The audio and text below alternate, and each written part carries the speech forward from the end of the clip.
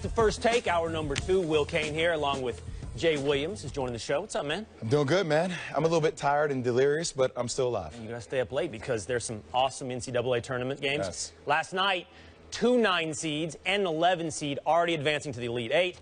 As we look ahead, here's the question. Does the NCAA tournament need a true blue blood team? Specifically, how about this, since we've got Jay here, does it need Duke to advance? Yeah, blue blood, villain, whatever you want to call Duke. Does the tournament need Duke?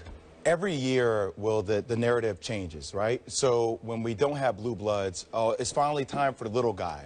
When we do have all the blue bloods, we need more little guys in the tournament. So, look, I think it always helps. I think we're going to get more attention around the bigger blue bloods as we see the Elite Eight happen, especially on the right side of the bracket. You could potentially have Texas Tech versus Villanova in that Elite Eight matchup, which could be a big-time matchup. Or you could have, down below, Duke versus Kansas. So I think we'll get that inevitably. I think it's going to happen. But I'm tired of this whole conversation. Do we need a villain? Do we not need a villain? It changes every single year. It just seems like something that people need to argue about more and more and more. Fellas? Fair? Well, it's interesting that you say that, Jay. So, in other words, let me ask you a question, Jay Williams. You understand? Former Wooden Award winner, All-American, my brother. What if, Jay, we had a national championship game, Loyola Chicago versus Syracuse, UMBC? Now, obviously, that's not the case because UMBC is out of the mix. But what if that was the national championship game? Do you really think that the world would be transfixed on the national championship game than on a college basketball landscape if there were no marquee dudes to point to? Here's my thing about this essay, is that if that game were to happen, do I think it would draw the amount of money from a ratings perspective? No, I don't think it would be as sexy.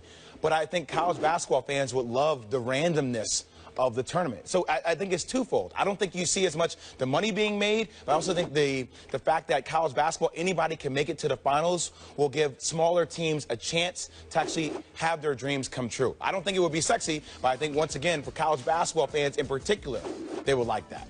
Look, Duke is good for the tournament. If Duke gets to the finals, that is good. But that's not the same thing as saying it's necessary. The tournament can be an enormous success without Duke, even if Syracuse beats them. So you have Boeheim.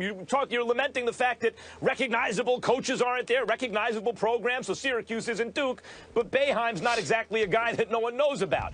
So, look, let's say it's not Duke, but it's Nova against Loyola or Kansas against Loyola. That's not going to be a great matchup in the finals. You still have David versus Goliath. Furthermore, you look at programs like Duke or in professional sports, you can see the Yankees or the Lakers or the Dallas Cowboys. The reason that they are not necessary, but good for the sports, for their sports, when they advance, is not just because they're from enormous markets, particularly the Yankees and the Lakers, because this applies to college too. Notre Dame, let's say. It's not just the size of the market.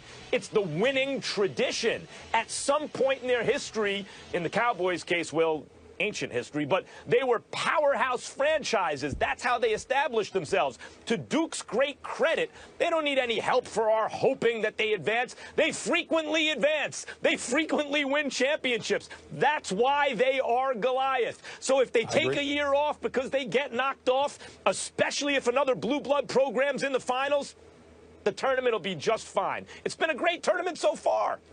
Hey, guys, can I throw a little pivot at you guys for a second? I know this is not on the subject, but I feel like this would be great for this type of debate show. So, on my point guard's taking away the ball from the point guard. Exactly. All right, what do you got? On my Instagram feed, I found something interesting the other day, Max and Stephen A. So I found a 60-minute report that they did back in the year 1994. And, Will, I know I appreciate your opinion on this, too. 1994, where it talked about how much money the schools are making off shoe product and how that escalated the money that happened throughout the tournament run. And it was saying coaches were making millions of dollars off the product that these shoe companies were essentially doing deals with schools, and the schools and the coaches were forcing the players to wear. When you start looking at these shoe deals right now, and we're not even talking about the media rights and all those other things, just the shoe deals in general are crazy. When you look at the fact that Michigan, 15 years, $173.8 million. KU, Adidas, $191 million. When you start seeing the advertising that goes on through the product of the player on the court as we're getting to these times of the NCAA tournament, it's beside me that we just don't talk about it.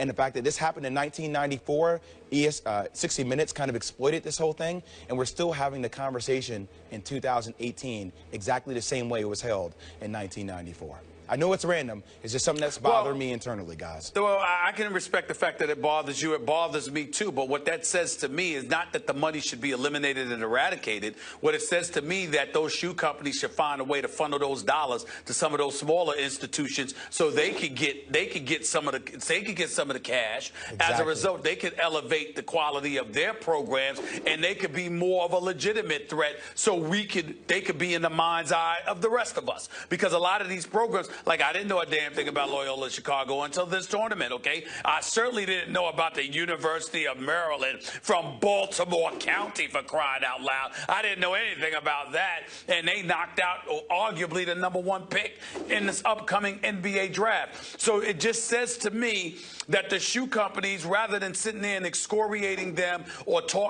lamenting their impact when it comes to the big schools, maybe we should find a way to figure out how they can impact some of the smaller schools to help them on the come up, so there's more of a sharing of the wealth per se, and that way we wouldn't be lamenting what these big schools are getting compared to what others are not getting, and more importantly, we find a better way to funnel those money to the players. And here I really will be Captain Obvious, Stephen A. It should be obvious to everyone by now. When I say I don't know what school and basketball have to do with each other, you can play basketball at school. It's a good it's a good place to develop in some cases, but I don't see why they should be linked to the extent that they are.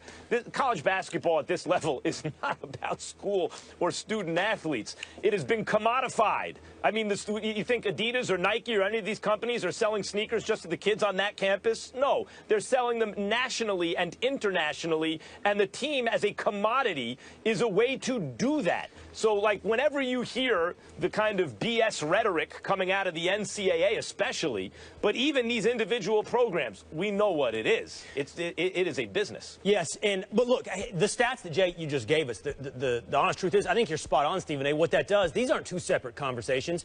That exacerbates the David and Goliath fight. That exacerbates the gulf between Duke and University of Maryland, Baltimore County. And I think, to put a ribbon on all this, what we're saying is, tell me if I'm wrong, guys, but I don't think I am. I usually am not.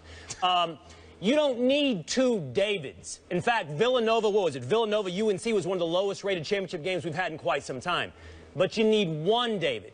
For example, Duke Butler, one of the highest rated championship games we've had in quite some time. We love David versus Goliath, but David's necessary to the story. Hey, Will, someone on this show has been saying that over the past hour. I'm trying to remember who it is. But two other people told you got to have stars. So look, man, we can all come together every once in a while. You don't have to claim all the spoils. By the way, I just think it's important for us to recognize that we need to strip Will of the rookie status, because on at least 4 or 5 occasions in this first hour, he says that he agrees with Stephen A. It shows how intelligent he's growing. You know, he's becoming. Shows I need to adjust. I must acknowledge it's something impressive to point out. By the way, very good. Way to go.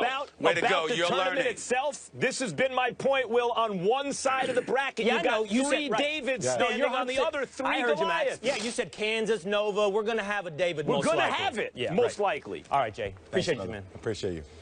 Coming up, Eric Reed announces that if a team signs him, he will no longer protest during the national anthem. But is it a little bit too little, too late for the former Pro Bowler?